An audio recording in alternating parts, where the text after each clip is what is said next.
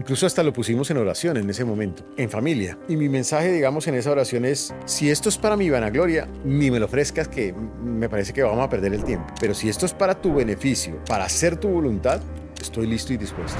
Esa noche me llama Abelardo. Me dice, quiero que vengas al día siguiente a mi casa en Barranquilla. Voy a estar con mi señora y quiero que charlemos. Y vente con tu señora. El valor de la familia, ¿no? Y ahí en donde él me dice, muy a lo costeño, me dice, yo soy franco y directo. Yo quiero que seas mi fórmula vicepresidencial. ¿En algún momento no hablaste con tu esposa de qué ves en el hombre, qué ves en Abelardo como la persona capaz de sacar al país del lugar donde está, de transformarlo? Yo le vi una cercanía especial con la gente, que creo que muy pocas personas en Colombia tienen. Una autoridad y un carácter que no tiene nadie para enfrentar el momento más desafiante en la historia de Colombia. Un genuino espíritu de servicio. Él no está aquí porque realmente lo necesite. Él está aquí porque quiere de verdad servirle al país. Yo le veía una dosis de independencia que él quería garantizar y eso me gustó. Una dosis de independencia de los poderes económicos y de los partidos políticos tradicionales. Y creo que genuinamente tiene la convicción de creer en Dios, la convicción de la familia, la convicción de las libertades y la convicción de la iniciativa privada. ¿Qué tan humilde es Abelardo para escuchar opiniones contrarias a la suya, para escuchar a las personas a su alrededor? Mira, te voy a decir una cosa que no lo he dicho nunca en público, lo voy a decir en este escenario en público. Yo creo que es un hombre muy generoso. Para mí ha sido muy sorprendente la manera como en distintos escenarios, medios de comunicación, entrevistas, incluso personalmente, él me reconoce a mí como un aporte valioso para su campaña. Me muestra incluso a su mismo nivel. Ojalá hubiera más líderes de esa naturaleza en nuestro país. Somos complementarios, coherentemente complementarios. Tenemos absoluta claridad de que los niños son sagrados y que tenemos que cuidar a los niños en sus derechos esenciales. Entonces, cuando alguien habla de identidad de género, que sí existe, y casi que terminamos en niños como seres sexuales neutros y que da lugar, entre otras, además, a prácticas de tratamiento hormonal en donde ellos terminan cambiando de sexo, aún con el consentimiento de los padres, a mí me parece aberrante. Y estamos ya viendo casos de niños que dicen, yo no quería eso, y ya no se puede echar para atrás. Así como van las cosas, ¿tú crees que si Paloma llega a ser presidente de Colombia, va a tener la oposición de vicepresidente? Digamos que por el desayuno se conoce el almuerzo, es mi respuesta. José Manuel, la propuesta social de Abelardo, ¿qué hay para los más pobres, los más vulnerables? Tienes que hacer una gran brigada de identificación en donde hay necesidades que atentan contra la dignidad del ser humano insatisfechas y rápidamente encontrar respuestas. El hambre, es decir, que una proporción tan significativa de colombianos no tenga acceso a sus 3 comidas es inaceptable. Y ahí hemos dicho, hay que crear cosecha solidaria. Hay que reconocer a nuestros adultos mayores que los hemos convertido casi que en un estorbo. Somos la única propuesta de gobierno en este momento en el país que ha hablado de esto. No solo hemos hablado del subsidio, hemos hablado de reconocer, por ejemplo, el contrato plateado. Reconocer que ese adulto mayor puede trabajar laboralmente con una modalidad distinta de contratación y empezar a aportarle a la sociedad.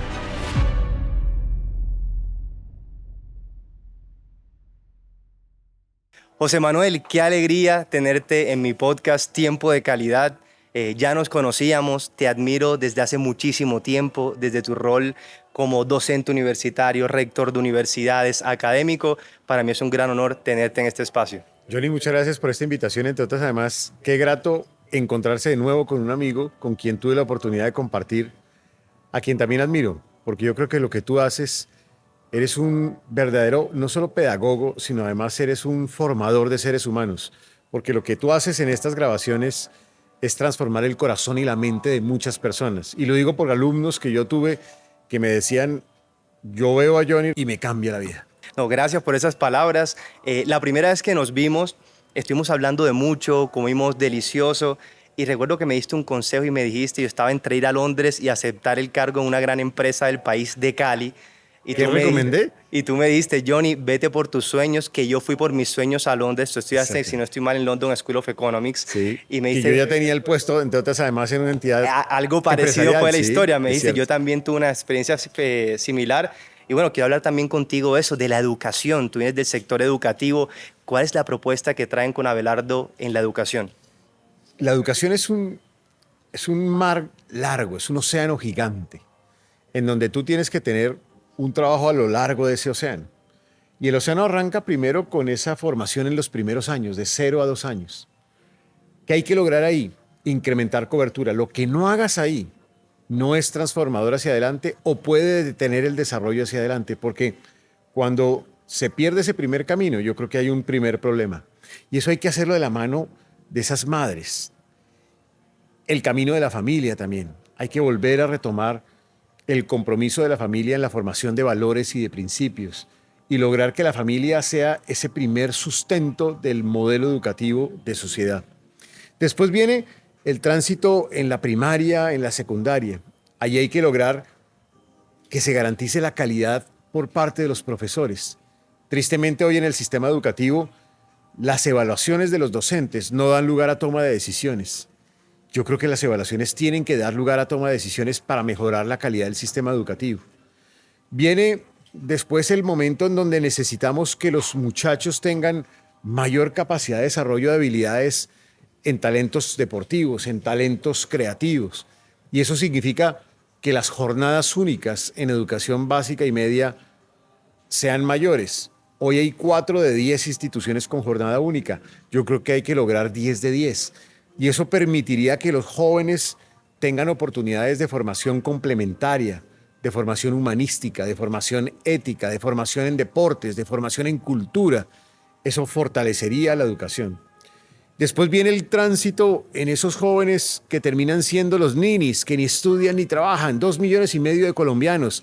Hay que darles una apuesta de formación para que ellos tengan, por ejemplo, educación a través de programas de ciclos cortos, como se hace hoy en Barranquilla, en Bucaramanga, en Medellín, en Cali, en Bogotá, donde tú, por ejemplo, le puedas ofrecer a esos jóvenes oportunidades en tecnologías de cuarta revolución, en inteligencia artificial, en robótica, en Internet de las cosas, en economía del cuidado, donde están casi la mitad de los jóvenes que ni estudian ni trabajan, en donde tengas oportunidades también de formación en bilingüismo, en servicio, y ahí les damos empleabilidad.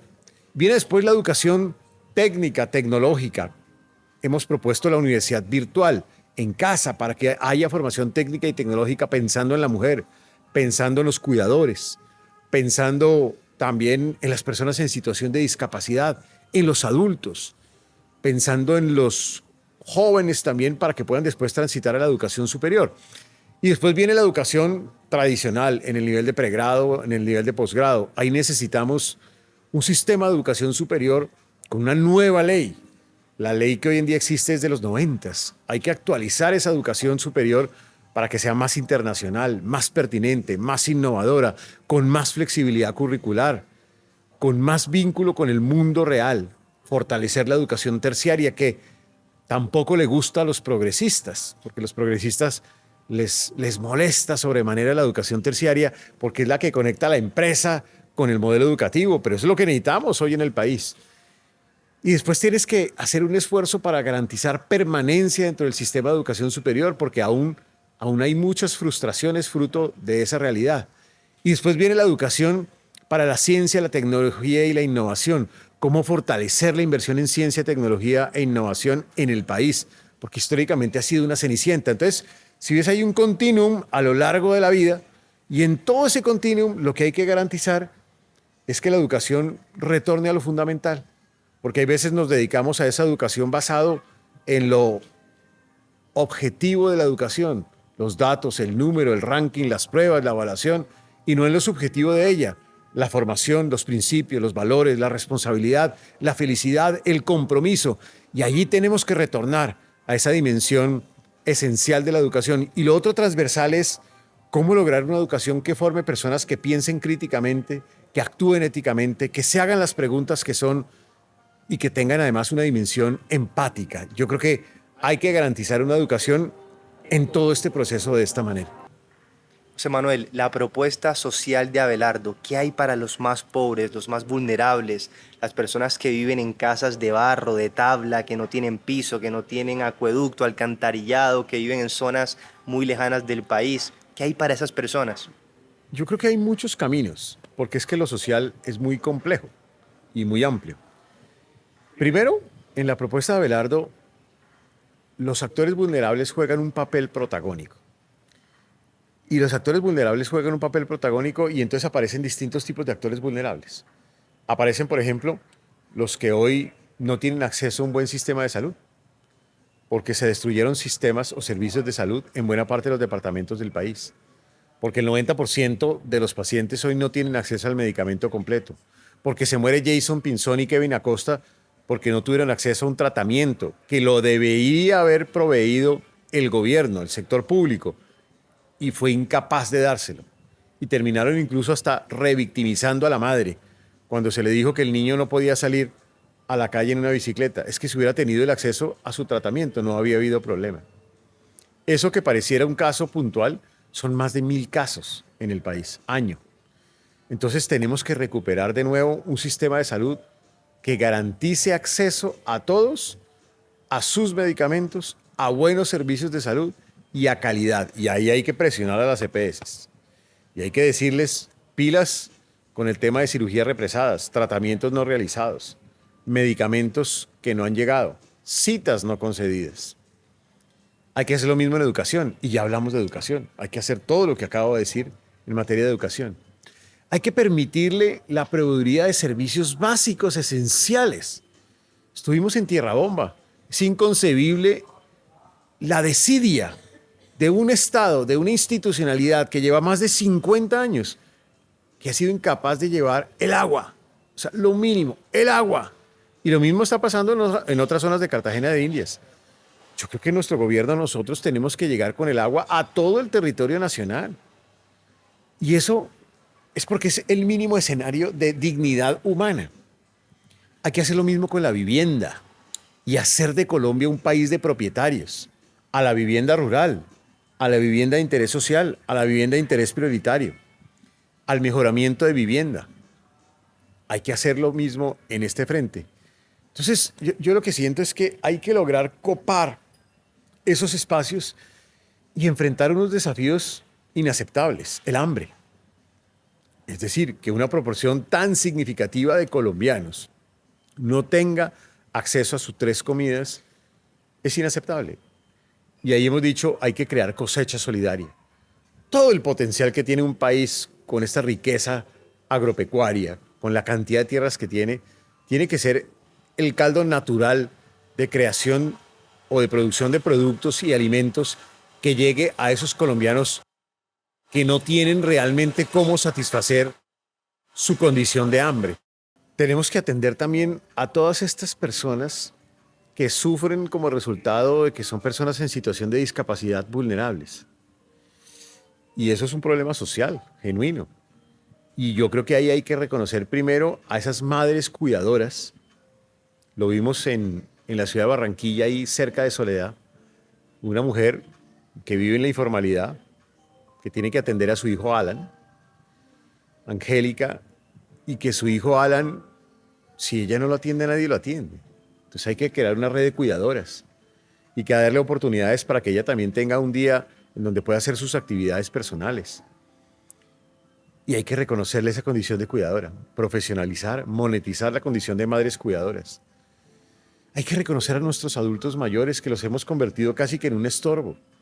Hoy cada vez vamos a tener más adultos mayores, entre otras además, porque los adultos mayores van a ir creciendo como resultado del cambio demográfico. Y hemos dicho, tenemos que reconocer a esos adultos mayores vulnerables e incrementar su subsidio. Este gobierno lo incrementó bien. Nosotros lo tenemos que incrementar más porque tenemos que darle más dignidad a estas personas. Entonces tenemos que ir reconociendo todos esos actores, por ejemplo, ahora en el sector del campo, tantos campesinos relegados, poco interesados en volver al campo, retornar al joven al campo colombiano. Eso también hace parte de una política social.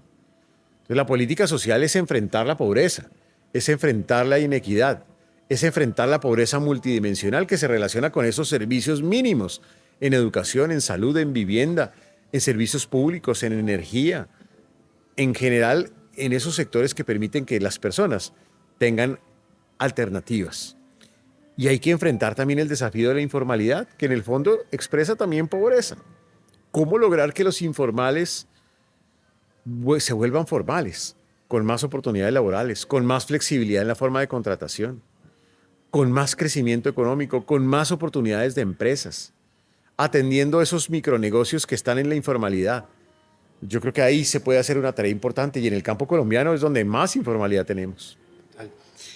Los servicios públicos. Creo que tú lo mencionaste un poco, pero creo que es un trabajo mancomunado con los alcaldes, gobernadores, para poder identificar cuáles son esas zonas hacia donde han crecido las poblaciones, los territorios, que por un tema de infraestructura no llegan con el agua, no llegan con el gas, no llegan con otros servicios esenciales, no hay acueducto, no hay alcantarillado, y creo que termina fortaleciendo esa situación de pobreza de las comunidades. ¿Qué han pensado ustedes de ese trabajo mancomunado con los entes territoriales? Tú tienes que hacer una gran brigada de identificación en donde hay necesidades que atentan contra la dignidad del ser humano insatisfechas y rápidamente encontrar respuestas. Mire, yo vengo ahorita de Ipiales.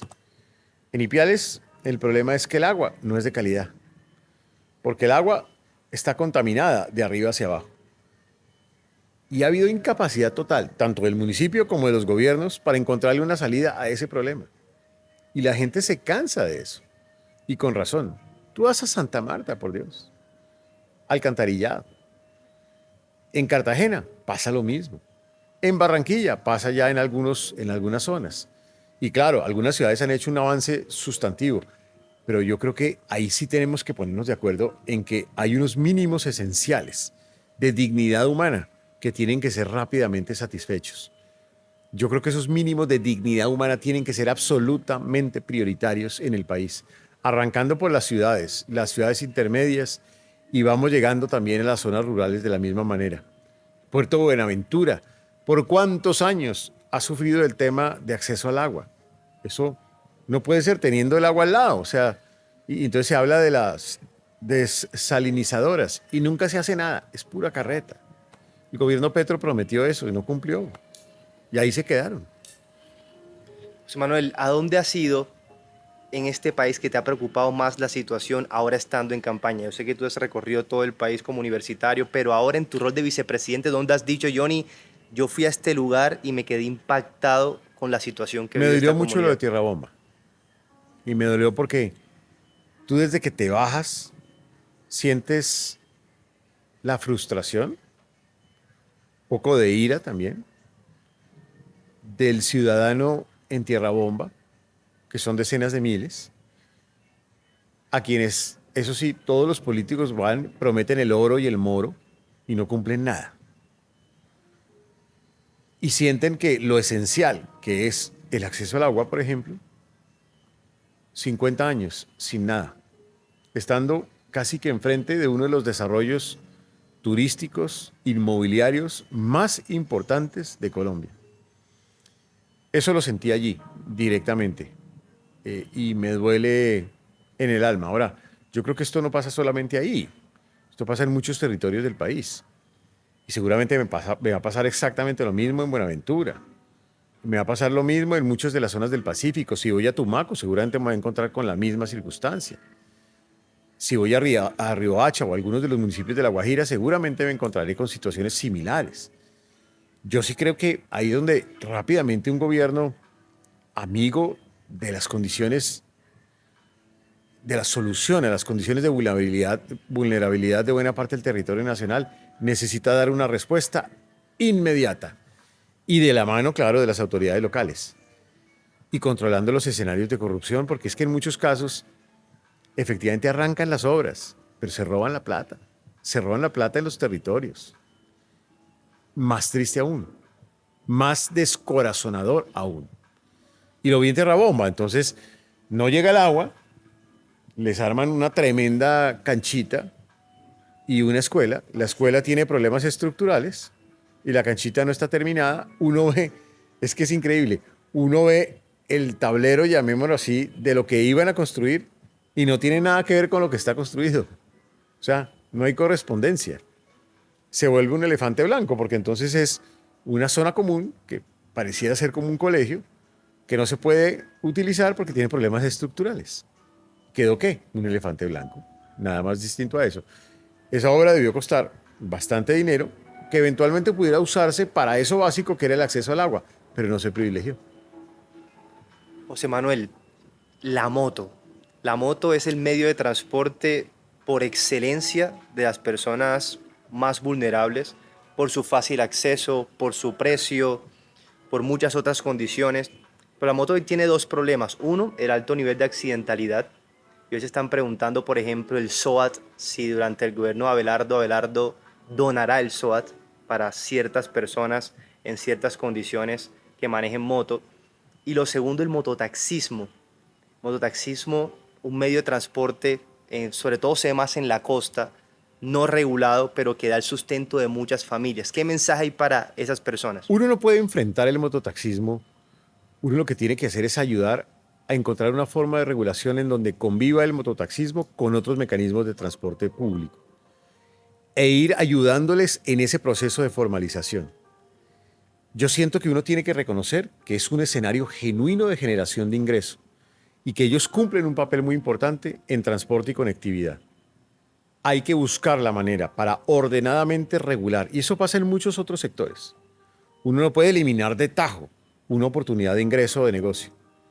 Uno tiene las plataformas, por ejemplo, y tiene los taxis tradicionales. ¿Cómo lograr convivir lo uno con lo otro? Buscando una regulación que reconozca el uno, reconozca el otro, que equilibre la cancha. Yo creo que hay que hacer un poco lo mismo con mecanismos como este. Y lo segundo es que sí, sin duda, el tema de seguros de accidente es un tema complejo. Y ahí tenemos que avanzar a que haya más cobertura, porque es que hay muchas personas que se quedan sin cobertura y eso es un costo también para el sistema de salud, pero también buscar un costo más bajo, pensando en los más vulnerables y en general un mecanismo que motive a las personas a ser parte de un seguro obligatorio. Si nosotros enfrentamos con los vulnerables con un menor costo, más formalización, yo creo que solucionaríamos en parte esta problemática. Y ahí hay que tener en consideración que hoy, en ese sistema de seguros, los automóviles están en cierta medida subsidiando lo que sucede en los taxis, perdón, en las motos. Entonces, hay que lograr un equilibrio dentro de este ejercicio, pero claro, si los seguros son costosísimos, muy altos, pues la gente prefiere la informalidad. Y en el caso del mototaxismo, reconocer que es una forma de transporte válida, genuina de generación de ingreso, que hay que ordenarla. Pero pasa lo mismo, insisto, con las plataformas. Hay que ordenar esa película. Yo lo hice en el sector turístico. Y lo hice y llegamos al final a reconocer que las plataformas eran válidas y que los hoteles tradicionales eran igualmente válidos. Y que podían convivir, eso sí, con responsabilidades de lado y lado. Total. Yo vengo de Cartagena, una ciudad muy golpeada por el maltrato al turista, pero al mismo tiempo muchas personas de comunidades vulnerables de Tierra Bomba, de Manzanillo del Mar, de Caño del Oro, etcétera, se dedican a esta labor de atender al turismo, pero nadie les paga por hacerlo cuando al mismo tiempo de alguna manera es la cara visible de la ciudad ante los extranjeros que llegan. Formalizar a esas personas que atienden al turismo, dejarlos en la informalidad como trabajan hoy sin ningún tipo de regulación, ¿qué hay para esas personas? No, hay que formalizar. Yo creo que hay que hacer un esfuerzo grande como país en formalización. Y no solamente aplica para esos que atienden ahí, aplican para hoteles que están en la informalidad, agencias de viajes que están en la informalidad. Yo arranqué un esfuerzo que no es fácil, pero es un esfuerzo que hay que fortalecer y acrecentar, que eran unas brigadas de formalización. A la informalidad no hay que verla como un delito, hay que verla como un estado. Es un estado en donde esos actores van evolucionando de informalidad a formalidad. Ni siquiera es un tema de blanco y negro, hay grises, pero es un estado que va evolucionando hacia la formalización. ¿Cómo logra uno formalizar? 3 vías. Bajar los costos de ser formal, aumentar los beneficios de ser formal y tener información para poder tomar decisiones de política pública. Bajar los costos de ser formal es, bueno, vamos a hacer un esfuerzo por permitirte ser parte de la formalidad por un periodo de tiempo sin costos regulatorios o con ajustes regulatorios más sencillos, sin costos tributarios. De esta manera tú vas a poder ir entrando a la formalidad, pero simultáneamente hay que mostrarle los beneficios, porque si no se devuelve a la informalidad. Entonces, tus beneficios es que vas a tener acceso a un crédito subsidiado, vas a tener acceso a tecnología, vas a tener acceso a capacitación, vas a tener acceso a mercados, vas a tener acceso a asociatividad, etc. En la medida en que hagamos eso y hagamos unas brigadas de seguimiento permanente en territorios turísticos como Cartagena, como el Eje Cafetero, como Medellín, como Bogotá, y así sucesivamente, como Santa Marta, en el resto del país. Entonces vamos a un sitio, identificamos quién está en la informalidad, le hacemos una brigada, lo vamos concientizando y poco a poco los vamos llevando en esta dirección. Yo creo que puede ser un camino. Entre otras, además, porque si logramos avanzar en esa dirección, mejoramos la calidad de la prestación del servicio. Y evitamos problemas como los que han sucedido hoy en Cartagena o en otras ciudades del país en donde el turista llega y abusan del turista, la verdad. Así es.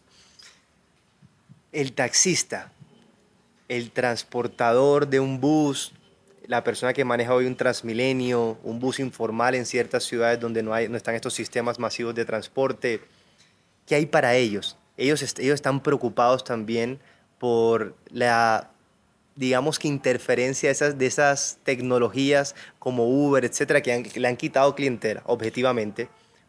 Pero se preguntan qué va a hacer el gobierno para que nuestras condiciones no sigan disminuyendo y desmejorando, mientras que las del informal que trabaja en esas aplicaciones sigue mejorando. Hay que lograr el equilibrio de la cancha, porque ellos también tienen toda la razón. Ellos terminan pagando unos cupos gigantescos en monto de recursos y estos no.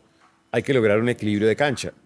El camino sería, por ejemplo, de pronto que no existan esos costos de cupos y que puedan competir de tú a tú. Ayudarlos incluso a entrar en esta dinámica de plataformas con componentes de tecnología. Ayudarlos a emprender también, porque es que en el fondo son emprendedores. Y motivarlos a tener redes que les permitan encontrar mejores oportunidades de servicio. Ayudarles en servicio también, en capacitación en temas de servicio. Yo creo que son actores que hay que ayudar a que ellos entiendan y ayudarles a que se conviertan en verdaderos emprendedores del transporte. Y, repito, equilibrar la cancha. Porque si no, ellos van a pensar, y con razón, que cualquier otro llega a un escenario en desequilibrio, con beneficios, que termina afectándolos a ellos. Y tienen toda la razón también. Eso me pasó, insisto, en el sector del turismo y logramos por lo menos sentar a unos y otros y descubrir que, por ejemplo, todos tenían obligaciones tributarias. No solamente unos, los otros no. Y entonces esto sí, se arma un desequilibrio en la cancha. Entonces, equilibrar la cancha, convertirlos en emprendedores y ayudarles en esa condición de emprendimiento. El taxista del que yo hablo, digamos que no es el propietario, sino el que maneja el taxi, que tiene que apresurarse por cumplir una tarifa en el día para darle el dinero al propietario y casi que le toca incumplir todas las normas de tránsito para poder cumplir también su tarifa. Estas personas no están formales, no tienen un acceso a crédito para que poder comprar un taxi, para poder pagar un cupo. ¿Cómo también balanceamos mejor esa cancha entre el propietario del taxi y el taxista? Ahí hay que reconocer que en el fondo, pues muchas de estas personas actúan como empleados de una organización empresarial y hay que garantizarles sus derechos laborales. Pues porque al final de cuentas están en una condición de empleado. Que no sean relaciones laborales informales, que terminan siendo casi que relaciones a destajo. Entonces, si tienen una connotación de esa naturaleza, pues tienen que tener los beneficios que se derivarían de la condición de un trabajador. Y ahí las empresas, llamémoslas transportadoras, tienen que tener la conciencia de que lo son. Y en algunos otros casos también hay que buscar que estas personas tengan unos beneficios, esos denominados BEPS, que esos beneficios de seguridad social, que garantice que esa persona tenga a largo plazo pues una forma de prestación social que le permita para su momento de jubilación o de vejez tener algunas oportunidades, porque si no la tienen, pues van a empezar a sufrir en ese momento de vejez. Yo creo que se les puede dar ese tipo de mecanismo. En el fondo esto aplica no solamente para este sector, aplica para muchos otros sectores. Aplica incluso para plataformas tecnológicas, en donde hay que buscar un camino a través del cual pues, las personas tengan una forma de reconocimiento. Ahora, si son estrategias cooperativas, pues veamos cómo funcionan y qué beneficios se les pueden dar para que ellos sientan Claro. que van a tener unas condiciones sociales a mediano y largo plazo que les van a permitir tener una supervivencia posteriormente. Madres cabeza de familia. Las madres cabeza de familia tienen que jugar un papel protagónico y ahí es donde aparecen ese concepto de las madres cuidadoras, que muchas de estas madres cabeza de familia son madres cuidadoras de sus hijos o de los adultos mayores. Y es lo que yo decía, profesionalizarlas, monetizarlas y en el caso de familias vulnerables, reconocerlas económicamente hablando, capacitarlas, darles las oportunidades incluso para desde su hogar, en ese modelo de universidad virtual, para que se formen en capacidad emprendedora. ¿Por qué no pensar en que muchas madres cabeza de familia en condición de cuidadoras puedan llegar a tener oportunidades en temas de agricultura urbana? La Comuna 13 en Medellín ha desarrollado ese tipo de mecanismos y es absolutamente fascinante ver madres cabeza de familia cuidando a sus hijos y teniendo oportunidades de desarrollo de capacidad emprendedora. Es una linda oportunidad para unas personas en esa condición. Total. José Manuel, nuestros viejitos, hablaste un poco de ellos. Siempre hablamos de subsidio, aumentar o las personas que no están de Es más acuerdo que disminuir. Pero, por ejemplo, la productividad de una persona que está en la tercera edad que dice, yo quiero trabajar, yo me siento productivo, por favor, permítanme demostrar que todavía estoy en buenos años para trabajar. ¿Qué hay para esas personas? Somos la única propuesta de gobierno en este momento en el país que ha hablado de esto. No solo hemos hablado del subsidio, hemos hablado de reconocer, por ejemplo, el contrato plateado.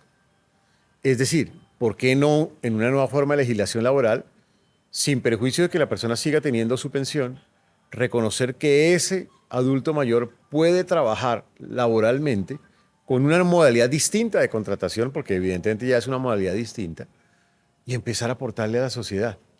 Porque no podemos tener adultos mayores que ayuden en el tema de educación, lo que decíamos al principio, en el tema de formación, en el tema de valores y principios, en el tema de la cultura, en el tema de las humanidades? Los adultos mayores no pueden convertirse en esclavos durante su condición de adulto mayor. O sea, porque no hacen nada, terminan casi que resguardados en la casa. No, hay que aprovecharlos. Es demasiado talento, es demasiada sabiduría, la sabiduría de los años. Yo sí creo que hay que reivindicar de nuevo modelos de revinculación para estos actores plateados en nuestra sociedad y que se conviertan en actores protagónicos con la sabiduría de los años para ayudarnos en lo cultural, en lo educativo, en lo formativo, en lo mentorial, en el emprendimiento, en tantas cosas. Es que son muy valiosos. Y cuando yo hablo de esto en muchos territorios de Colombia, genera una gran atractividad, porque claramente son muy importantes y cada vez van a ser más importantes. No, no vayas muy lejos. La tasa de reemplazo en Bogotá es 0,8. La tasa de reemplazo en Medellín es 0,9. En Colombia es 1,2, 1,3. 0,8 y 0,9 pueden ser tan bajos como las de Japón, que ya son muy bajas. Es que ni siquiera es una tasa de reemplazo. ¿Tú sabías que hoy, considerando los que migran, la tasa de natalidad y los que mueren, casi que estamos en un escenario en donde Colombia no crece poblacionalmente? Y esto, en la medida en que pase el tiempo, dado la realidad, hace 15 años 650.000 nacimientos, hoy cerca de 440, vamos a llegar a un momento en donde la población, a la vuelta de una década, un poco más, va a empezar a disminuir, la población total de Colombia. Es una realidad totalmente distinta y una realidad para la cual tenemos que estar preparados. Y ahí es donde vienen nuevos desafíos, desafíos en salud, desafíos en educación, desafíos pensionales, desafíos en seguridad, desafíos en atención. Y piensa en otro componente, que también lo hemos dicho en nuestra campaña, cómo enfrentar el desafío de la salud mental de los adultos mayores y cómo atenderlo a través del sistema de salud y cómo ayudarles a que no vivan la soledad. La soledad es dramática para un adulto mayor. Maravilloso cómo lo ves desde un 360, no solamente desde la productividad, y lo conecto mucho con eso que le dijiste, fue la rectora de Oxford o una profesora Sí. que le dijiste, y la empatía. Uh-huh. ¿Cómo la empatía les permite crear un plan de gobierno para todos los sectores olvidados de nuestra sociedad? Que prácticamente cree el gobierno progresista que la única manera de atenderlos es a través del subsidio. Pero eso que tú estás diciendo, la soledad del adulto mayor, el sentirse que durante toda una vida acumularon conocimientos y hoy cuando están en su momento de mayor sabiduría nadie los ve, nadie los escucha. Pensar Son desde las muebles emociones. viejos. Exactamente, y pensar desde sus emociones. Estas conversaciones las has tenido con Abelardo, Claro, ¿no? de cómo se sienten estas personas. Entre otras, además, porque tú sabes que él ya tenía su idea de la Colombia Milagro y yo había publicado un libro, 3 años de trabajo, que se tituló Al borde de la esperanza. Era una propuesta de país. Y en mi propuesta de país he incluido varios de estos temas. Entonces, cuando yo le digo a Abelardo, listo, acepto la vicepresidencia, pero ayúdame a que mi trabajo de 3 años y medio, 4 años, que se llamó Al borde de la esperanza, se integre con la Colombia Milagro. Y yo llevo ya casi un mes y medio integrando Al borde de la esperanza con la Colombia Milagro y haciendo que el milagro sea con esperanza. Y dentro de eso hay muchos de estos temas que yo he venido incorporando. Yo me hice esa pregunta, ¿cómo fue el empalme con Abelardo? Y yo dije, bueno, llamaron a José Manuel, una persona muy bien reputada en Colombia, académico, un honor para Abelardo tenerte como vicepresidente, pero ¿cómo fue el empalme? ¿Dónde estuvieron esos puntos de acople donde tú dijiste, pero yo quiero conocer más de esto, o él te preguntó, pero yo quiero saber tú qué piensas de esto? Mire, yo digamos que, como tú sabes, yo no conocía a Abelardo de la Espriella. Me lo había encontrado en una marcha de Miguel Uribe Turbay. Vi un hombre muy carismático, la verdad. Yo le dije a mi señora, ve curioso este personaje, la gente se le acerca en una actitud de un carisma especial, de liderazgo. Después lo vi en una reunión de candidatos presidenciales, él presentaba su propuesta y otros más. Alguien me lo presentó de mano y ya. Después me llamaron de la campaña para que le hablara sobre temas económicos. Fui, le hablé de temas económicos, de temas de educación. Él me dijo, hombre, compárteme otros temas sobre otros asuntos, tal vez de educación compartí algo, yo no sé si en infraestructura o en vivienda, y ya. Y, y después, como en la semana antes de la elección del Congreso, yo empecé a ver que en redes sociales la gente usaba mi nombre como eventual fórmula vicepresidencial. Yo dije, eso es muy raro, alguien está probando el nombre seguramente. Y seguramente estaban probando el nombre. Y no solamente como fórmula de él, sino de otras fórmulas presidenciales. Tanto que con mi señora de verdad nos sentamos y dijimos, ¿y qué pasa si todo eso que pasa, que están poniendo ahí en las redes es de verdad y no de mentiras? Y yo le dije, pues pensemos si el momento de país es un momento para dar ese paso, porque pues es un paso en donde yo como Hernán Cortés estaba quemando todas las naves. Yo tenía un puesto, tenía juntas directivas, estaba tranquilo, sin problema, feliz. Y un poco mi planteamiento en ese momento con mi señora y con mis hijos es, ella me dijo, ¿tú crees que la democracia está en riesgo o no está en riesgo? Y yo le dije, sí, yo creo que está en riesgo. Y está en riesgo para mis futuras generaciones y para las futuras generaciones de otros colombianos, para tus futuros hijos. Ahí es donde yo dije, ¿y no será que cuando uno es llamado a esto, en momento tan desafiante como este, uno debería aceptar? Porque al final el liderazgo es para gastárselo, no para acumularlo. Es como en la parábola de los talentos, la sentencia bíblica en donde si tú recibes un talento, ¿qué? Lo metes debajo de la tierra y lo guardas y ya. Y no lo multiplicas. O de pronto lo pones al servicio de los demás y eventualmente lo multiplicas. Y a mí siempre me ha pasado que me ha tocado multiplicar el talento que recibo, porque yo no estaba planillado, por ejemplo, para ser ministro de Hacienda. Y sin embargo alguien me llama y me dice, yo quiero que seas ministro de Hacienda, pero yo ya estoy en otra historia, yo voy para otro lado, ¿no? Llegó el momento de servir con eso, en un momento desafiante, y era gastarse el talento porque era un momento difícil. La protesta social, se cayó el ministro, se cayó la reforma. Pero siempre he creído que uno en la vida tiene que estar abierto al servicio, y yo comulgo con esa tesis de la Madre Teresa, que quien no vino al mundo para servir no sirve para vivir, y que el servicio nos hace grandes, y que el servicio es entregarlo todo. Y yo lo entregué todo. Incluso hasta lo pusimos en oración en ese momento, en familia. Y mi mensaje, digamos, en esa oración es, si esto es para mi vanagloria, ni me lo ofrezcas, que me parece que vamos a perder el tiempo. Pero si esto es para tu beneficio, para hacer tu voluntad, estoy listo y dispuesto. Y esa noche, curiosamente, después de esa oración, porque igual dije, bueno, como sonaba tanto, dije, pongámoslo a ver. Esa noche me llama Abelardo y me dice, quiero que vengas al día siguiente, el lunes, a mi casa en Barranquilla. Voy a estar con mi señora y quiero que charlemos. Y vente con tu señora. El valor de la familia, ¿no? Difícil porque yo estaba en Medellín, mi señora estaba en Bogotá, yo tenía que salir de Medellín. De Medellín a Barranquilla no hay mucho vuelo, la verdad. De Bogotá sí, pero bueno, conectamos y llegamos finalmente. Y ahí fue una conversación de dos familias, de dos parejas, en donde fue una conversación abierta, donde él me pregunta sobre el país, yo lo propio, él me pregunta sobre cómo ve la campaña, yo lo propio, yo le pregunto sobre su propuesta de país, él me pregunta sobre mis ideas de país, le hablo del libro Al borde de la esperanza, y ahí él me dice, ve curioso, porque yo tengo la idea de la Colombia Milagro. Dije, curioso, es una coincidencia interesante. Y ahí en donde él me dice, muy a lo costeño, me dice, yo soy franco y directo. Yo quiero que seas mi fórmula vicepresidencial. Y yo miro a mi señora y dije, si lo pusimos en oración y lo está ofreciendo, es porque es un sí, no puedo decir un no.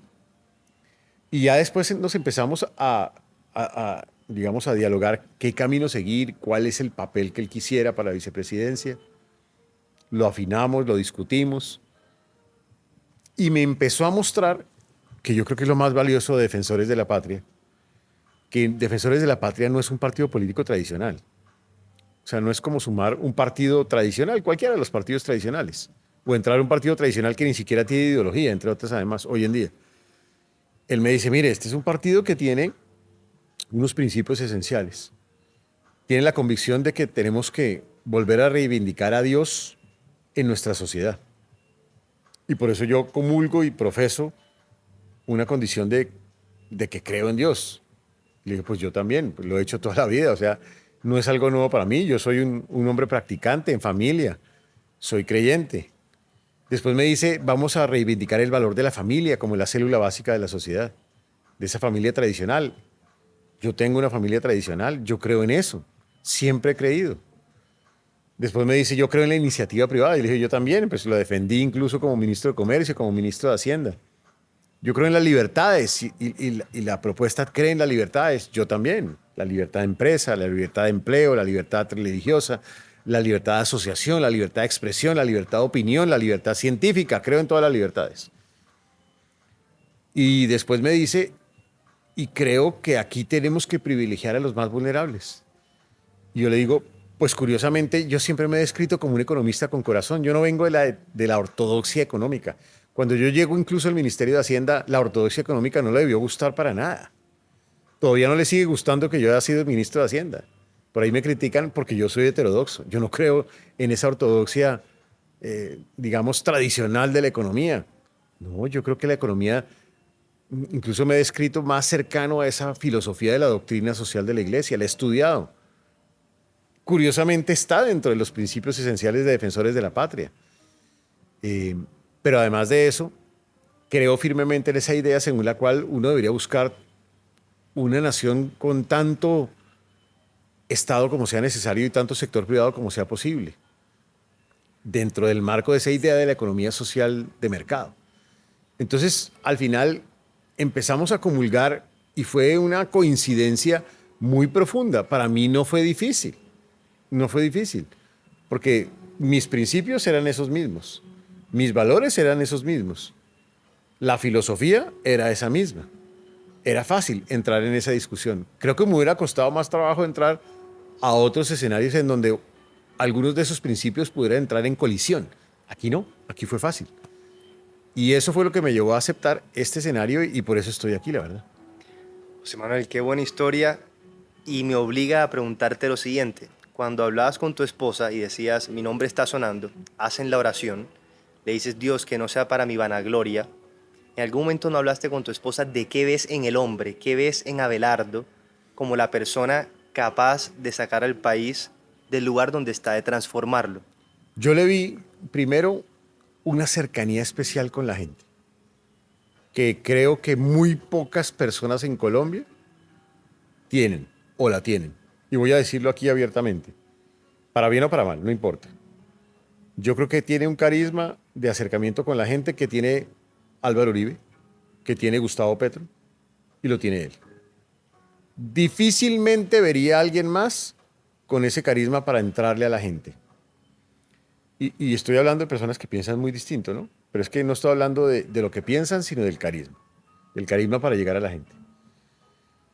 Yo le veía una autoridad y un carácter que no tiene nadie o muy pocas personas en este país para enfrentar el momento más desafiante en la historia de Colombia.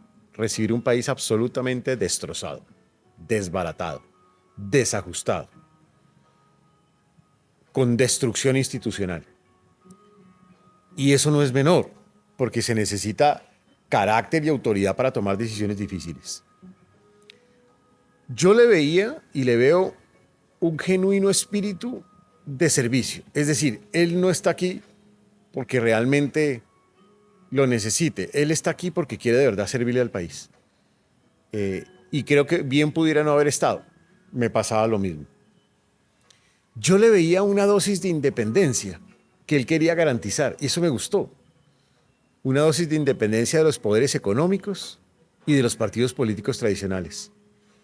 Me gustó que me dijo, a mí no me interesa aquí empezar a tener partidos políticos detrás, porque pierdo, entre otras, además, la capacidad para tomar decisiones de pronto difíciles que no terminen satisfaciendo a un partido político y que se vuelvan un problema, porque al final no puedo solucionar el problema de los vulnerables.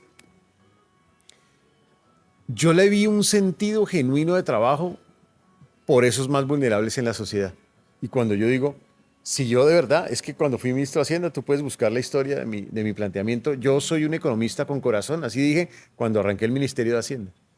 Y yo hice algo que ningún ministro de Hacienda ha hecho en la vida, que es recorrer todos los departamentos del país, sentarme con jóvenes, líderes del paro, sindicatos, gremios, empresarios, partidos políticos, beneficiarios de programas sociales para hacer una reforma tributaria. O sea, dialogando con la gente.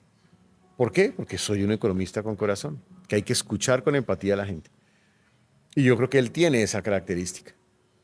Y creo que genuinamente tiene la convicción de creer en Dios, la convicción de la familia, la convicción de las libertades y la convicción de la iniciativa privada. Entonces, pues yo le veía esa condición. Creo que al final también podemos ser distintos.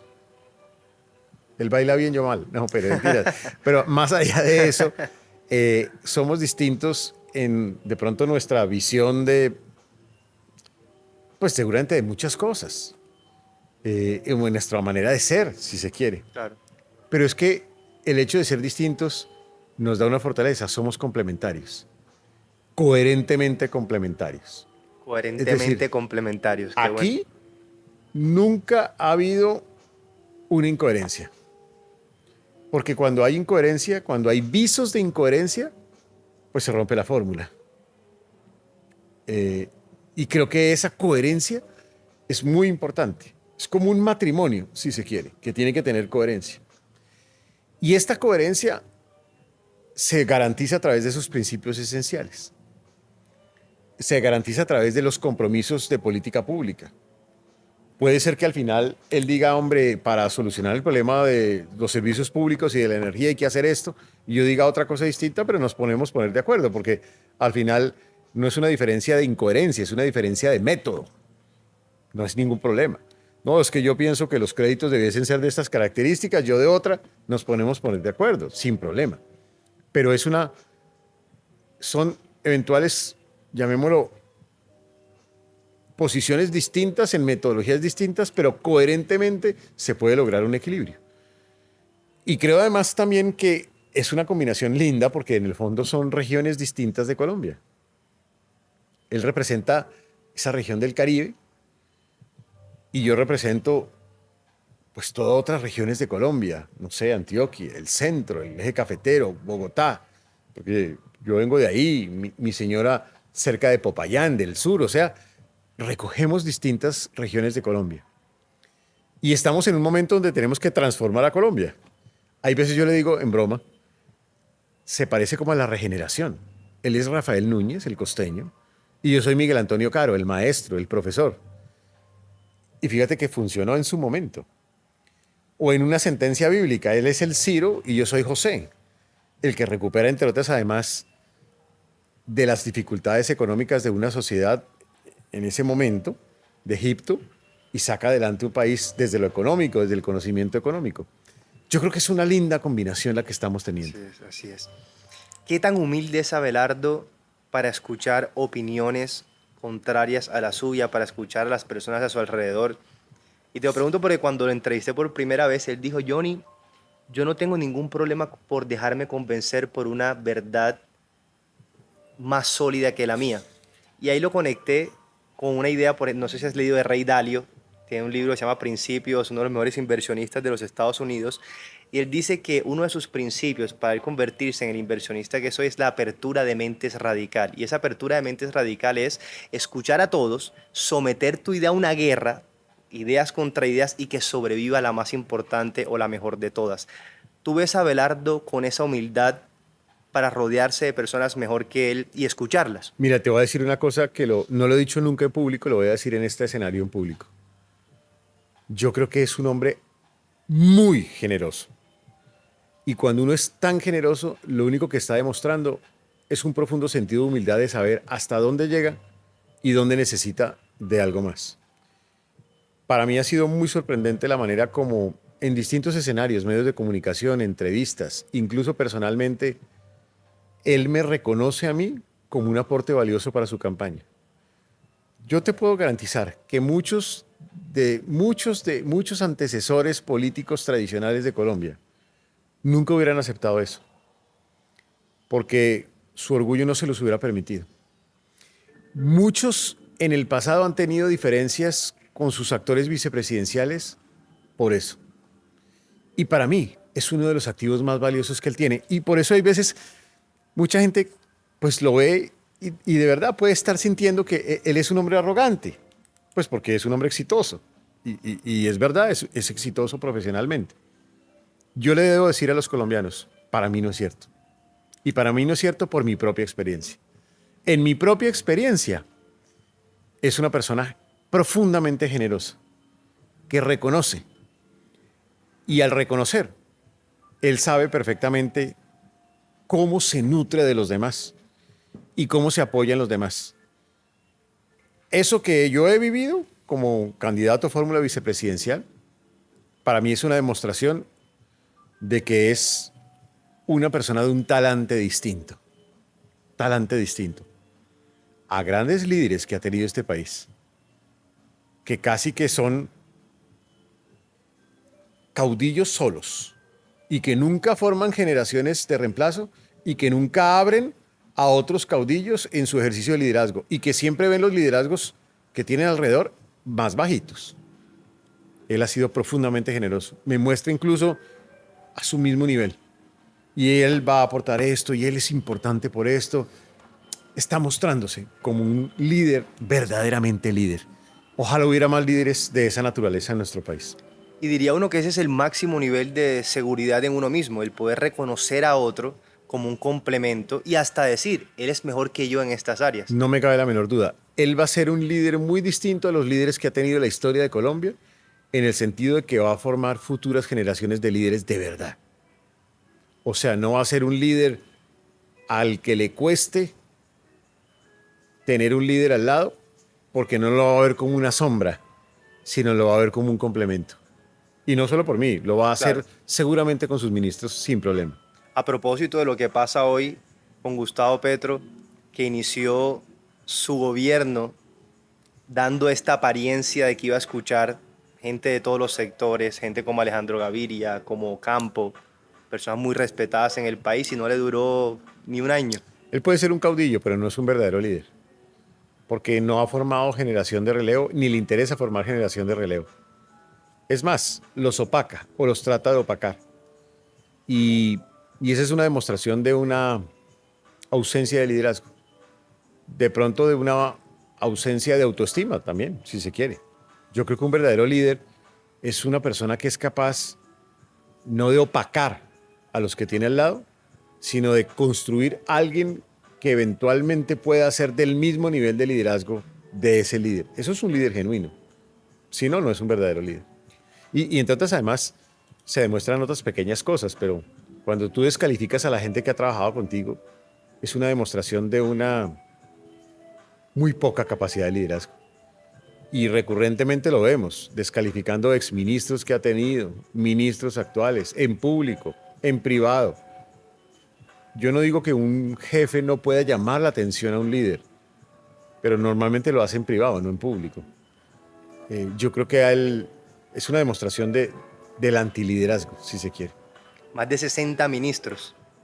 Y es un antiliderazgo en todo sentido, porque no demuestra coherencia ni liderazgo, ni valores, ni en sus actuaciones personales, ni en sus actuaciones familiares, por lo menos las que uno ve, ni en sus actuaciones como jefe, ni en sus actuaciones como servidor público.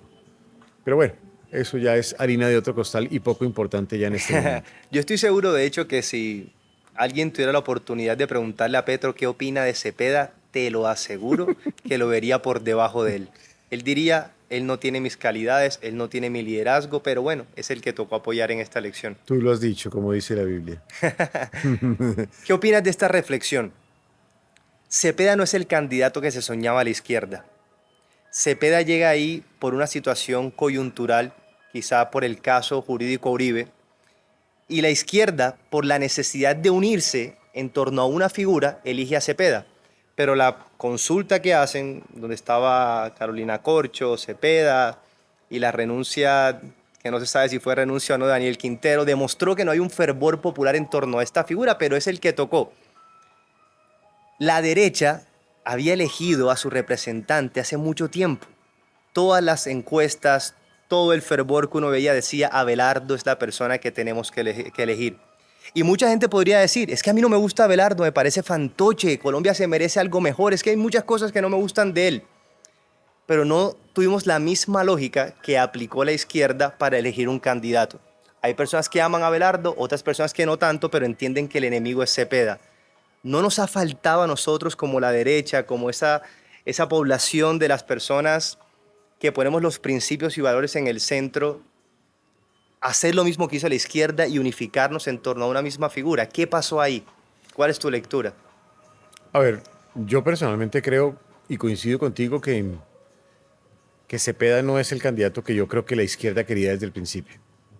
Hubiera preferido eventualmente una mujer más líder, más, más moderna, si se quiere. Voy a decir, algo más aburrido que Iván Cepeda como candidato presidencial. Un candidato que lee en una plaza pública. A mí me parece un candidato cero carismático. Creo que su carisma es el carisma de Petro. Y creo que está ahí por el carisma de Petro, no por el carisma de él. Y creo que en ese orden de ideas, para mí esa va a ser la razón por la cual él no va a llegar a la presidencia de la República. Porque él no es un líder realmente sobresaliente. No es un líder carismático. No es un líder que despierte emociones. Ninguna emoción. Y yo creo que en política se necesitan las emociones. Digamos que en el escenario contradictorio, a mí no me gusta hablar de derecha, de centro derecha, de izquierda, no me gustan las categorías porque yo creo que Abelardo ha sabido entender que aquí el problema de la gente en la calle, cuando la roban, cuando la extorsionan, pues no le van a preguntar, oye, ¿tú eres de izquierda o derecha? ¿O eres de centro? No, a la gente lo que le importa es que lo roban, que lo extorsionan y estás mamado de eso. La gente no se va a preguntar cuando no tenga acceso a un medicamento, oye, ¿tú eres de izquierda o derecha o de centro? No, es que no tengo acceso a un medicamento. Creo que él ha tenido la característica de tener un carisma especial para contrarrestar la posición ideológica, si se quiere, de Iván Cepeda. Y ha tenido ese carisma para llegarle a la gente. Y lo ha tenido desde el primer momento. Siento que como en política hay tantas envidias, pues sí, hubiese sido mejor que en algún momento hubiese participado en alguna gran consulta y que se hubieran puesto de acuerdo en cuál era el candidato. Pero la gente hay veces, como hay tantos celos, tantos egos en el mundo político, entonces cada cual hace su nichito. Y entonces terminaron armándose nichos y él de alguna manera se quedó fuera del nicho, pero con el capital político, con el capital del favor del pueblo colombiano o de una proporción del pueblo colombiano. Para serte franco también, si se hubiera decidido solo un solo candidato antes, tampoco creo que hubiera funcionado tan fácil, porque México lo probó con Xochitl. Y tú recuerdas, Xochitl era la candidata de todos los partidos, de absolutamente todos los partidos, del PAN, del PRI, del PRD, y tampoco funcionó. Y perdió y fue derrotada. Entonces, tampoco se trataba de que nos uniformásemos todos desde el primer momento. A mí me gusta que en la democracia existan como distintos escenarios y creo que incluso va a ser hasta valioso que en una primera vuelta la gente confronte las ideas de los tres, pues porque el resto creo que no tiene ningún chance hoy en día, de Cepeda, de Abelardo y de Paloma, y que vea realmente cuál es el modelo de país que en este momento primero es el mejor y segundo es el capaz de materializar esas ideas, porque es que una cosa es como decir, una cosa es tener el diagnóstico de Colombia en ChatGPT y otra cosa es practicarlo o encontrarle las soluciones. Entonces se trata de si tiene un buen plan, pero si va a ser capaz de realizarlo o no realizarlo. Y cuál realmente genera la emoción, cuál genera la atractividad en el pueblo colombiano y cuál tiene el fervor del pueblo colombiano. Y es bueno la confrontación de las ideas. Para eso es la democracia. Y en eso estamos ya, hoy en día. Y creo que vamos a llegar a la primera vuelta con ese escenario y ya veremos cuál es la realidad del país. José Manuel, ¿qué opinas del siguiente análisis? Se repite mucho de que Cepeda no es el enemigo. Mucha gente dice Cepeda no es el enemigo, pues Oviedo lo manifestó muchas veces. Tenemos que quitar esa retórica de que a la izquierda, de que Cepeda es el enemigo y empezar a hacer propuestas de país. Yo me quedé pensando en esa reflexión y se la pregunté a Abelardo en el anterior podcast y le dije, ¿y si Cepeda no es el enemigo? Si son las ideas que él quiere instaurar en Colombia las que son las enemigas de un país democrático y un país que avance con el sector privado, el sector público, ¿qué pasa entonces cuando esas ideas de Cepeda también pueden estar en sectores de la derecha? ¿Ahí Cepeda como individuo es el enemigo o son sus ideas? Porque de ser sus ideas, hay ideas que van contraria a la moral, a la ética del votante conservador, del votante que prioriza la familia, que también pueden estar en una candidatura de derecha. Y te lo digo puntualmente, la identidad de género, el cambio de sexo, el no estar en contra del consumo de marihuana, esas ideas tan progresistas y liberales que hay un votante que no se conecta con ese tipo de propuestas y hoy están de pronto en la campaña de Paloma y Oviedo. ¿Qué opinas de eso? Mire, yo personalmente, mi abuela me enseñó que en la vida había que ser duro con los problemas, suave con las personas. Entonces yo lo que diría es lo siguiente. Yo no digo que el enemigo es Cepeda o Aida Quilcue. Las ideas de Cepeda y de Aida Quilcue son un enemigo. Y son enemigo en el sentido de que vamos a contradecirlas y vamos a demostrar que ese no es el camino, las ideas. Él como persona, pues podrá ser él u otra persona, da lo mismo. En ese orden de ideas, a mí me parece que es muy claro el planteamiento que yo comulgo íntegramente que señala Abelardo en el sentido de que nosotros vamos a confrontar las ideas de Quilcue y de Cepeda. Y aquí no vamos a congeniar con las ideas, pero vamos a gobernar para todos, incluido para los que votaron por Quilcue y por Cepeda. Gobernar para todos, pero no con todos. Ellos son contradictores en sus ideas. Ellos son oposición y serán oposición en sus ideas porque no puede uno comulgar con ideas que le son contrarias. Y en ese orden de ideas, claramente, desde nuestra perspectiva, pues hay unos principios esenciales que claramente defendemos y defenderemos. Y defenderemos por convicción. Y ahí es donde el colombiano tiene que decidir. El colombiano tiene que decidir si cree genuinamente que la familia tradicional es la célula básica de la sociedad y que tenemos que cuidarla o no. Pues resulta que la mayoría de colombianos tienen familias y viven en familia tradicionales, que no significa que puedan ser familias distintas, pero son familias tradicionales. Segundo, nosotros tenemos absoluta claridad de que los niños son sagrados y que tenemos que cuidar a los niños en sus derechos esenciales. Entonces, cuando alguien habla de identidad de género, que sí existe, en donde se desliga la condición sexual de lo biológico o de lo fisiológico, y casi que terminamos en niños como seres sexuales neutros, que entre otras además podrían llegar a decidir cuál género quieren tener con base en la cultura, y que da lugar, entre otras además, a prácticas de tratamiento hormonal, en donde ellos terminan cambiando de sexo, aún con el consentimiento de los padres. A mí me parece aberrante. O sea, yo no estoy de acuerdo con esa película. Entre otras, además, porque por convicción, yo incluso he acompañado a organizaciones como Nueva Democracia a que se demande eso. Porque eso que acabo de decir está practicándose en Colombia. Y estamos ya viendo casos de niños que dicen, yo no quería eso, y ya no se puede echar para atrás. Entonces eso genera un problema de salud mental. Y peor aún, en donde supuestamente existía consentimiento de padres y no aparecen los consentimientos de padres. Entonces, yo creo que ahí hay unos temas que no son menores. Ya si el adulto quiere tomar su decisión, eso es libre.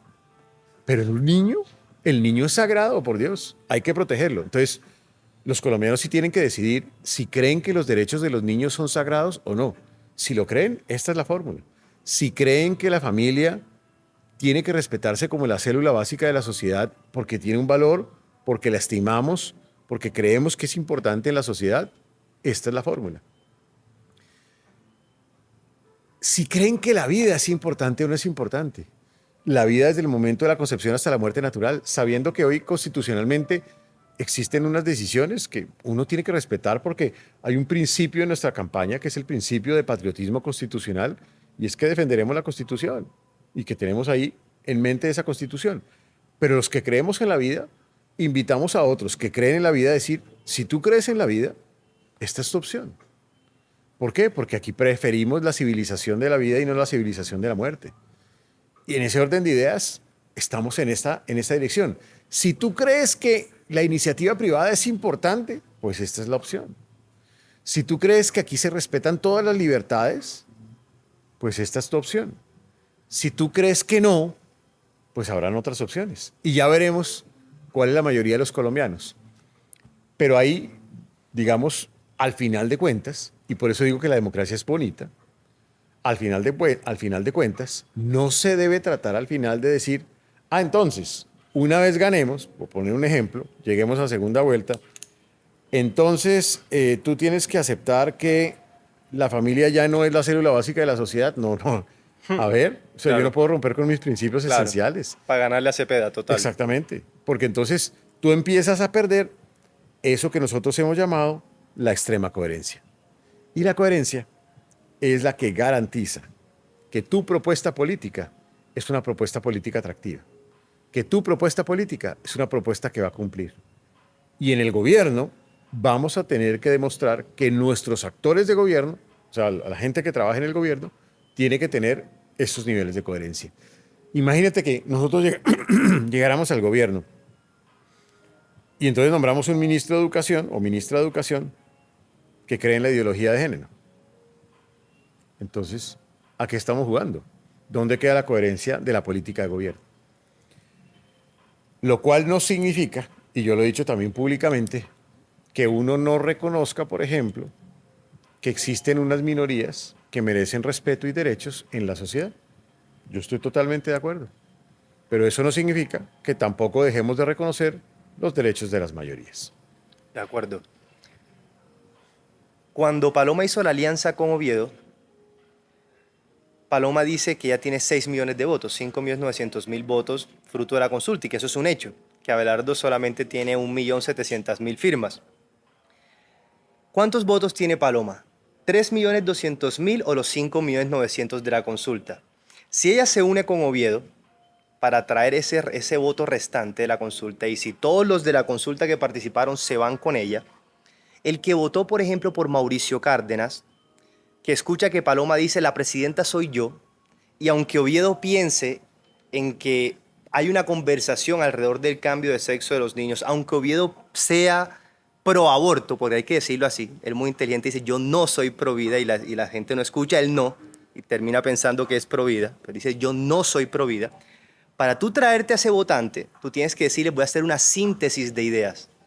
Esa gente no se está adhiriendo a mis ideas. Entonces, cuando tú haces la síntesis, no es coherente, es contradictorio cuando Paloma dice la presidenta soy yo. Si la presidenta eres tú y eres la que decides, entonces tienes 3.200.000 votos, asumiendo que todos son tuyos y que no hay ninguno de Abelardo. No tienes los 5.900.000. ¿Cómo se puede gobernar diciendo vamos a hacer un síntesis para traer a esa votante, pero al mismo tiempo votante de Oviedo? No, yo sigo siendo la Paloma conservadora y con las ideas de derecha. No es contradictorio. A ver, es que yo creo que en política esas sumas no existen. Y creo que esas sumas son falsas, son ficticias. Arrancando por los votos de Paloma, ya por lo menos tendría 3.199.999 porque yo voté por ella. Y ya no lo va a tener. Ese ya no es un voto por ella. Ya es un voto por Abelardo. Y mi señora, 998. Y así sucesivamente. Entonces hay una cantidad de personas que participaron en una consulta pensando que era la persona más idónea de esa consulta. Y hay otras personas que participaron de otros espectros políticos y votaron por el segundo en la elección por otras razones ideológicas distintas. Personas de izquierda que pudieron haber votado por Oviedo. Por ejemplo. Claro. Luego, al final, la amalgama no es 1 más 1 más 1 igual 3. Puede ser que 1 más 1 de 1.5 o 1.2. ¿Por qué? Porque la gente va a empezar a decir, bueno, yo voté por esta manera y filosofía política, pero si ya empiezas a mezclarla con esta otra, no me cuadra. No me cuadra. Prefiero irme por mi propia filosofía política. Y esa es la política. Y esa es la política de las ideas. Por eso yo siempre he creído que un vicepresidente no se debería elegir para sumar votos, porque eso es falso. Como tampoco un vicepresidente se debería elegir por un tema de una identidad de género o por una identidad racial. Si la identidad de género o racial o la suma de votos es para una persona que es capaz de ser presidente, porque es que el vicepresidente es para reemplazo temporal o definitivo del presidente, y donde hay una forma de comunión, si se quiere, dentro de la filosofía política, me parece que es lo más serio desde el punto de vista político. Porque si no, la gente no entiende. Y yo creo que cuando la gente no entiende, se pierde la coherencia. Y empiezan las diferencias. Y empiezan las diferencias en temas esenciales y no esenciales. Distinto es, repito, lo que yo decía anteriormente. Puede hacer que para enfrentar la educación de los ninis, el método sea los ciclos cortos o la universidad virtual. Es un método. Eso no es esencial. Pero si hay diferencias esenciales, yo creo que en política se pierde la coherencia y al perderse la coherencia es muy difícil lograr que 1 más 1 sean 2. No va a suceder. Empezando porque, seamos honestos, Paloma es uribista. Lo uribista es la que lo tiene hoy, o la que la tiene hoy, estando a punto de ganarse la presidencia. Seamos honestos, Paloma no tiene el capital político para estar en una lucha presidencial si no fuera por la figura de Álvaro Uribe. Toda su carrera política en el Congreso ha sido de la mano de Uribe. Es natural y obvio que ella piense que Uribe podría ser un buen ministro de Defensa. Y a su electorado, ese electorado que la tiene ahí a punto de ser presidenta, está de acuerdo con que Uribe sea el ministro de Defensa. Y sale el vicepresidente y dice, yo no estoy de acuerdo con que Uribe sea el ministro de Defensa. ¿Cómo se cae ese electorado? ¿Cómo se cae esa base si tienes un vicepresidente que sacó 1.200.000 votos que quizás no son de él, quizás muchos son de Cepeda, quizás son, quién sabe, de otras ideologías que al momento de unirse con Uribe dijeron, ya nos salimos de este barco, te quedaste con tu fanbase y ahora le estás diciendo, voy en contra de esos principios de ustedes? Te lo voy a extender y no por generar ahí una discusión que no vale la pena, pero pasa lo mismo entonces ahora cuando se afilian partidos políticos tradicionales a la figura. Entonces se afilia el Partido Liberal, se afilia el Partido Conservador, se afilia el Partido de la U. Y dentro del Partido de la U hay unos que respaldaron la mayoría de las políticas del presidente Petro. Igual a algunos conservadores e igual a algunos liberales. Entonces explícame tú la amalgama, donde por un lado está la gente del centro democrático, los que son quizá más progresistas, los que estuvieron con Petro y que siguieron apoyándolo hasta el final, los que no, de este partido y del otro. ¿Qué es esa vaina? Explícame esa historia, yo no entiendo. Para mí se me parece, ¿sabe a qué? Se me parece al álbum de Panini, de fútbol, donde tú lo que haces es que acumulas estampitas que son los logos de cada partido político o figuritas. Entonces al final aparece el álbum de Panini, que es una candidatura que tiene un montonón de figuritas de Panini. Para mí, ahí detrás hay un tema de coherencia difícil de explicar. Pero además de eso, es una forma tradicional de hacer política que tiene el costo de que cada figurita viene con su solicitud o viene con su exigencia. Y entonces se pierde lo que yo decía anteriormente. ¿Cómo vas a garantizar que en la política pública haya coherencia? Me van a decir, no, pero el jefe se encarga de eso. Difícil. En la práctica, muy difícil. ¿Eso significa que no es que otra mirada distinta es poco amplia y poco generosa? No, porque tú tienes unos principios esenciales. Si tú respetas los principios esenciales, la columna vertebral, ya las metodologías pueden ser distintas.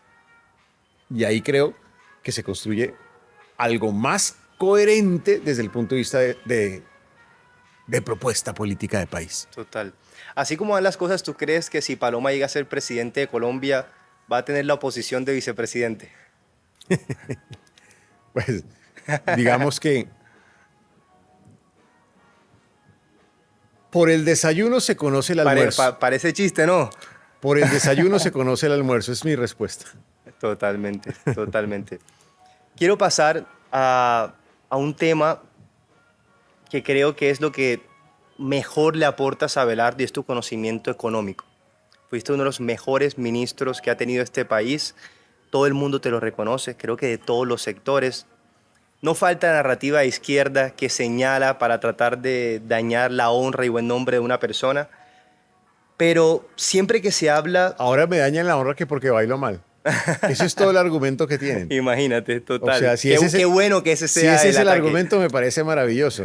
Porque Total. lo que sí tengo claro es que puedo bailar otras cosas. Puedo bailar con los desafíos en materia económica. Puedo bailar con los desafíos en materia energética. Y bailar bien.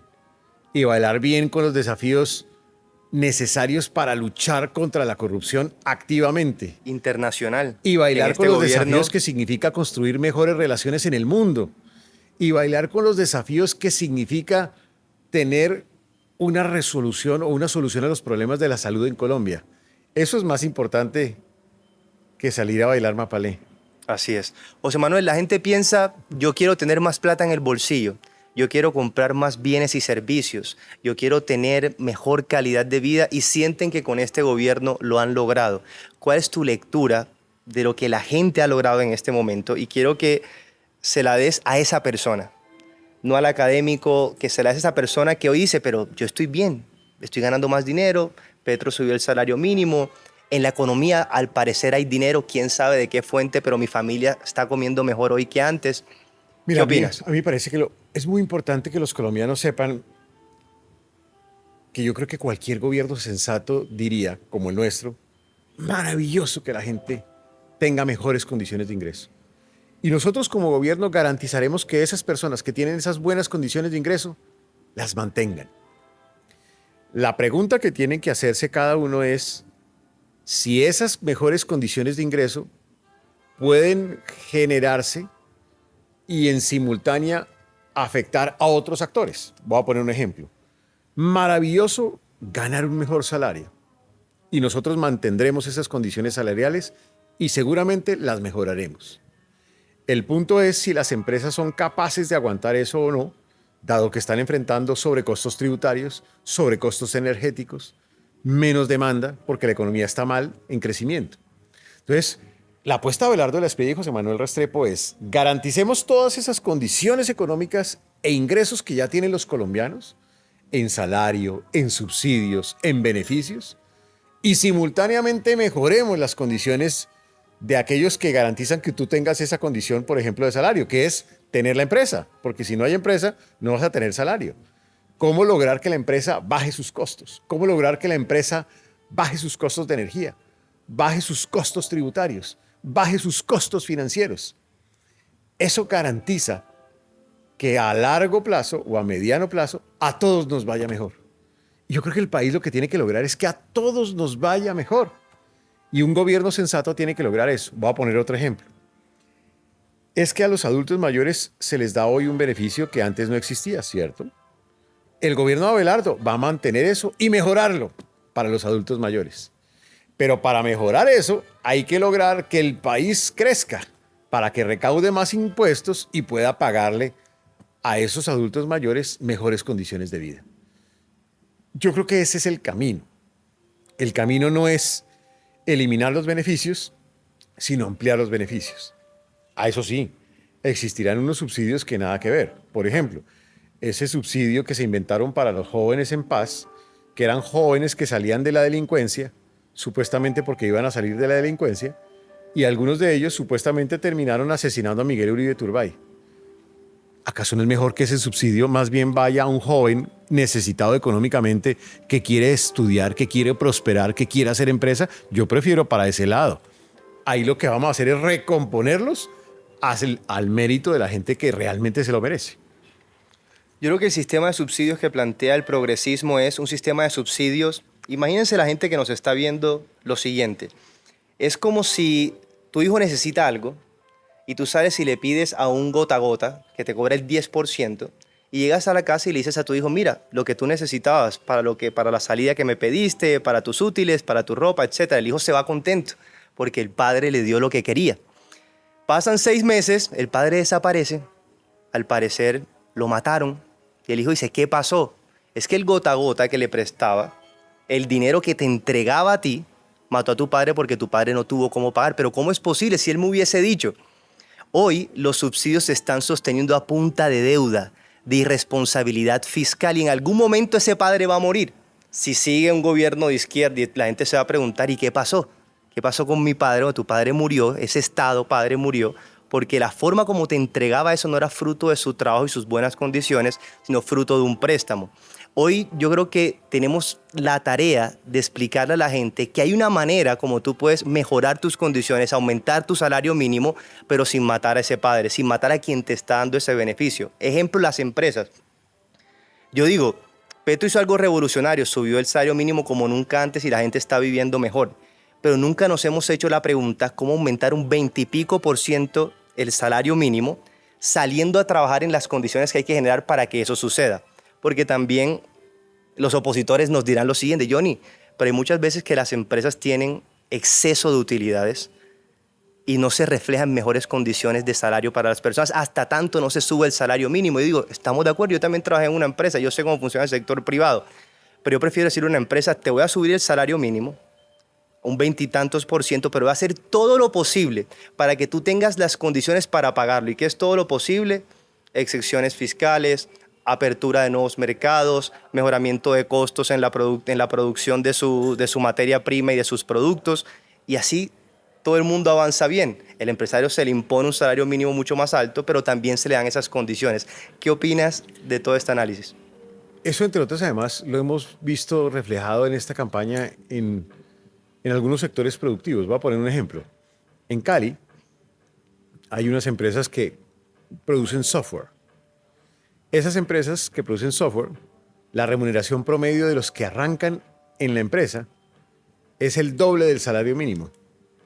Entonces, ¿por qué más bien no seguir haciendo un esfuerzo para atraer más empresas de esas características en todos los sectores de la economía y que a los trabajadores ganen muchísimo más del salario mínimo? Esa tiene que ser la apuesta.